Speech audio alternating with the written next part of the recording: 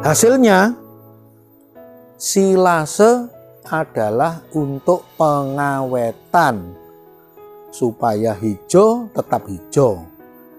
Ya, hijauan tetap hijau. Tujuannya untuk pengawetan. Terus tidak ada peningkatan kualitas. Jadi TDN ya tetap, kadar protein ya tetap. Kemudian memang ini tujuannya untuk penyimpanan. Di dalam wadah yang tetap kedap bisa disimpan selama 36 bulan atau 3 tahun. Ya, 36 bulan atau 3 tahun bisa disimpan. Itulah silase.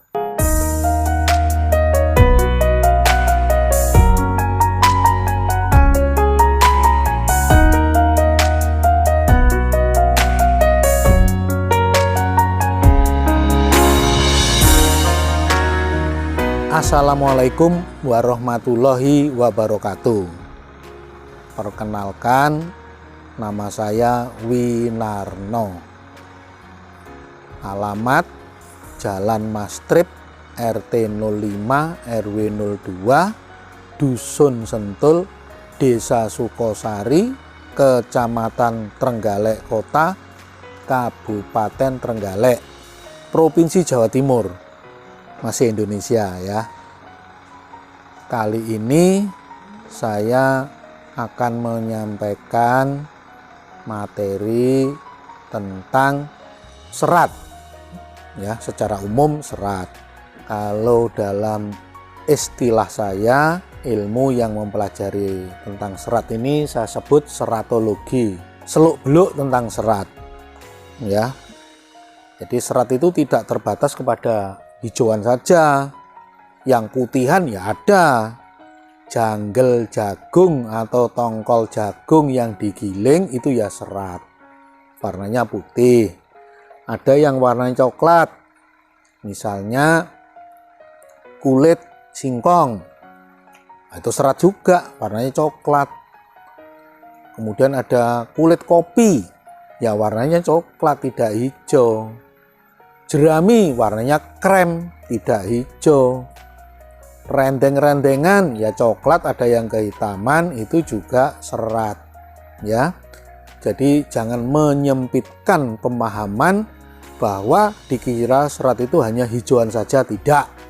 Banyak ragam serat. Pertama memang ya hijauan pakan ternak, singkatannya HPT.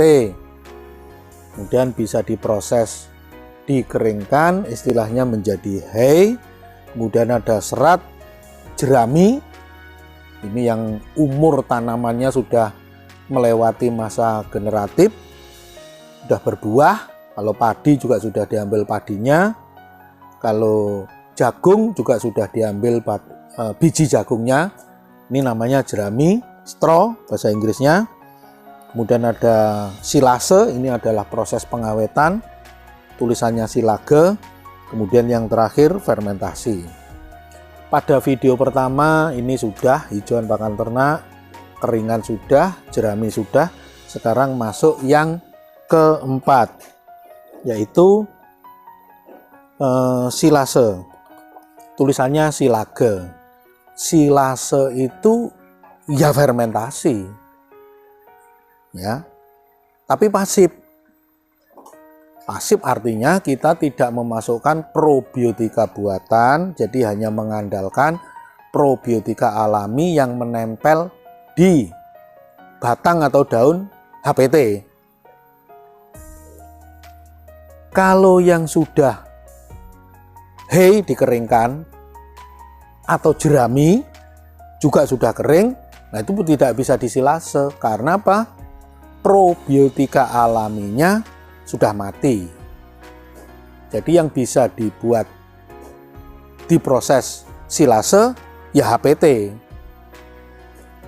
Ya, prosesnya dilayukan dulu. Jadi silase ini perlu syarat mutlak kadar air bahan harus berada di 25-30%. Kalau asalnya HPT segar, kadar air masih 60% lebih atau 70% lebih, bahkan ada yang lebih dari 90%, misalnya tanaman air seperti enceng gondok, kangkung liar yang di sungai. Nah, ini semua harus dilayukan dulu ya. Jadi secara kualitatif kadar air yang ada di hijauan itu atau secara umum menjadi 3 kelompok. Secara kualitatif basah itu artinya kadar air di atas 30 sampai 70 sampai 90 itu basah. Kemudian yang disebut layu 25 sampai 30. Kemudian kering itu standarnya mengikuti SNI, Standar Nasional Indonesia, yang disebut kering bila kadar airnya di bawah 15% atau maksimum 14%. Ya, itu. Jadi proses silase ini mutlak kadar air harus 25-30. Nah, caranya bagaimana untuk mendapatkan ini? Bisa diperiksakan di lab atau diperiksa sendiri pakai oven. Kalau saya pakai oven, beli oven listrik, bisa disetel panasnya 150 derajat, kemudian bisa disetel waktunya, timernya 30 menit. Jadi HPT sudah dari satu batang dipotong, masukkan ke wadah keramik, dimasukkan ke oven, suhunya 150 derajat, dipanaskan selama 30 menit. Kalau sudah 30 menit dikeluarkan, ditimbang, pasti susut, kadar airnya menguap. Masukkan lagi, 30 menit lagi, timbang lagi, susut lagi, masuk lagi, keluar masuk, bisa 5 kali, 6 kali, 8 kali, ya sampai bobotnya tidak susut lagi. Artinya apa? Kadar airnya sudah habis. Yang tersisa adalah bahan kering atau disebut dry matter, disingkat DM. Itu kadar air namanya. Nah, jadi kadar air ini kalau mau disilase diturunkan. Caranya, kalau kita mau meriksa secara pasti begitu, ke satu makan waktu, kedua makan biaya. Yang paling mudah adalah misalnya rumput odot, misalnya rumput pacong, misalnya tebon jagung atau tebon sorghum, dibabat, kemudian coba ditimbang, nggak usah semuanya, sampel saja. Misalnya ada sampel 20 kilo misalnya ya, sampel 20 kilo disendirikan. Nah, ini setelah 2 jam, 3 jam ditimbang. Kalau bobotnya sudah turun tinggal 50% atau kurang, dari 20 tinggal 10, tinggal 9 atau tinggal 8, nah ini masuk ke 20-30% kurang lebih. Itu masuk layak ke proses silase. Ya, itu kadar air 25-30. Ya, silase tidak memerlukan apapun.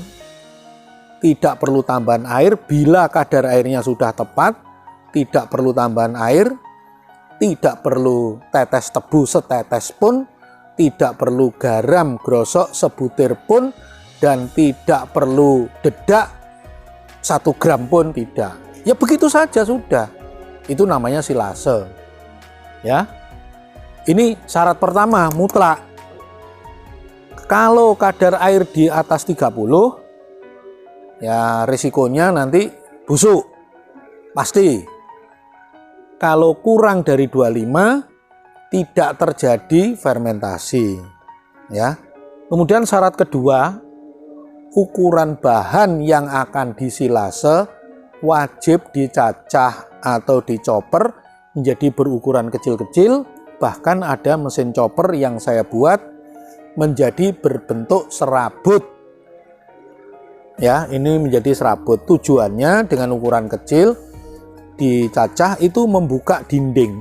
Ya, dinding dari rumput, dinding dari tebon jagung, dinding dari ya apa saja, HPT, dindingnya dibuka sehingga probiotika alamiah nanti mudah masuk, terjadi proses fermentasi. Dan yang penting kenapa jadi serabut juga, itu supaya waktu dimasukkan ke dalam wadah fermentasi, entah itu berupa drum biasanya warna biru, kapasitas ada yang 60 liter, 120 liter, ada yang 150 liter, ada yang 200. Yang umum memang yang 150. Dimasukkan setiap 5 scrub, injek. 5 scrub, injek. Semakin padat, semakin baik. Prinsip dari silase. Kemudian ini probiotika tidak ada tambahan probiotika buatan. Ya probiotika alami yang ada di batang atau daun dari HPT. Ya, HPT. Bukan jerami. Ya, bukan tongkol jagung misalnya. Kulit singkong misalnya, itu tidak bisa disilase karena tidak ada probiotika alaminya. Wadahnya harus bisa ditutup rapat dan sampai kedap. Ya, kenapa harus sampai kedap? Supaya tidak ada udara keluar masuk. Sehingga setelah bahan dimasukkan ke dalam wadah fermentasi, ditutup rapat dan bisa kedap, ini nanti akan terjadi proses peralihan. Pada tahap awal 3-4 hari itu disebut fase lock. Itu sisa-sisa udara di pori-pori yakin pasti ada, masih ada. Kalau hanya diinjek orang 60 kilo, 70 kilo, 80 kilo pun sepadat-padatnya masih ada sisa udara. Nah, pada fase lock ini probiotika alami masih hidup secara aerob, masih menggunakan udara, tepatnya menggunakan oksigen untuk kebutuhan hidupnya. Setelah udara atau oksigen habis, 3-4 hari habis, barulah beralih mode dari aerob, makan udara, menjadi anaerob, tanpa udara atau tanpa oksigen. Ya, ini wadahnya kenapa harus kedap, supaya itu terjadi fase lock dilewati, kemudian masuk fase fermentasi. Dan kalau silase ini harus diperam minimum 3 minggu. 3 minggu itu bukan saya ngarang, itu memang ada standarnya ilmiah. Saya punya kenal dosen makanan ternak di Fakultas Peternakan Institut Pertanian Bogor di Bogor, Profesor Dr. Nahrawi. Ini beliau rekomendasi 3 minggu minimum masa peram. Ini silase. Nah, kalau ada pihak-pihak orang yang jual probiotika, katanya 4 hari, 7 hari sudah mateng, ya itu perlu dipertanyakan. Patokannya adalah 4 variabel ya. Organoleptik. Pertama bau ya, baunya mesti seperti bau harum manis, seperti bau tape singkong, tape ketan. Kalau bahasa Sundanya peyem, itu baunya seperti itu, seperti tape. Kemudian dari segi rasa, asam manis juga seperti tape. Kemudian nanti ada tekstur menjadi lebih lunak ya. Contohnya singkong, kalau di tape kan jadi lunak singkongnya. Tadinya waktu mentah orang nggak mau makan langsung, masih mentah. Setelah jadi tape kan itu juga tidak direbus, tidak diapa-apain, sudah bisa dimakan langsung. Menjadi ada nilai tambah. Itu ya proses fermentasi namanya. Nah, kalau yang difermentasi ini golongan amilum, golongan padi, seperti singkong, seperti beras ketan, nah memang 4 hari, 5 hari ya sudah mateng. Tapi kalau serat 3 minggu ya, untuk mengurai serat. Jadi bukan berarti saya ngarang-ngarang sendiri, ilmiah ini dasarnya. Diperam minimum 3 minggu. Hasilnya silase adalah untuk pengawetan supaya hijau tetap hijau. Ya, hijauan tetap hijau. Tujuannya untuk pengawetan. Terus tidak ada peningkatan kualitas. Jadi TDN ya tetap, kadar protein ya tetap. Kemudian memang ini tujuannya untuk penyimpanan di dalam wadah yang tetap kedap, bisa disimpan selama 36 bulan atau 3 tahun. Ya, 36 bulan atau 3 tahun bisa disimpan. Itulah silase. Ya, sekali lagi pasif, tidak memasukkan probiotika buatan. Jadi hanya mengandalkan atau mengharapkan probiotika alami yang menempel, yang ada di batang atau daun hijauan. Ya, seyogyanya, sebaiknya yang akan diproses silase itu bukan dijemur. Kalau dijemur kena sinar matahari, itu ada sinar ultraviolet membunuh atau mematikan mikroba, termasuk probiotika alami. Maka itu yang betul kalau mau disilase, proses pelayuannya sebaiknya hanya diangin-anginkan, ya, tidak kena sinar matahari langsung. Entah dalam kondisi masih utuh atau kondisi sudah dicacah dulu, tidak apa-apa. Kalau dicacah dulu memang lebih cepat pelayuannya. Kalau masih utuh dalam posisi berdiri, diangin-anginkan, itu biasanya makan waktu antara 3 sampai 6 malam. Baru layak masuk proses silase. Nah, sekali lagi, kalau yang sudah kering, jerami, straw, itu tidak bisa disilase, itu bisanya difermentasi. Ini masalah peram 3 minggu ini sering terjadi. Ya, biasalah orang mengeluh atau orang yang punya probiotika rekomendasi 4 hari 7 hari katanya sudah mateng. Bahkan saya punya satu kiat ya, kalau mau fermentasi atau silase kilat 1 hari bisa.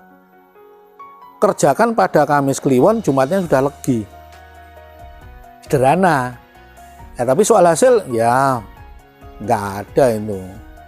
Jadi kalau serat disilase atau difermentasi 4 hari 7 hari, kalau menurut saya itu masuk PHP. Oke, terima kasih dari saya. Bila ada kurang atau lebih, saya mohon maaf.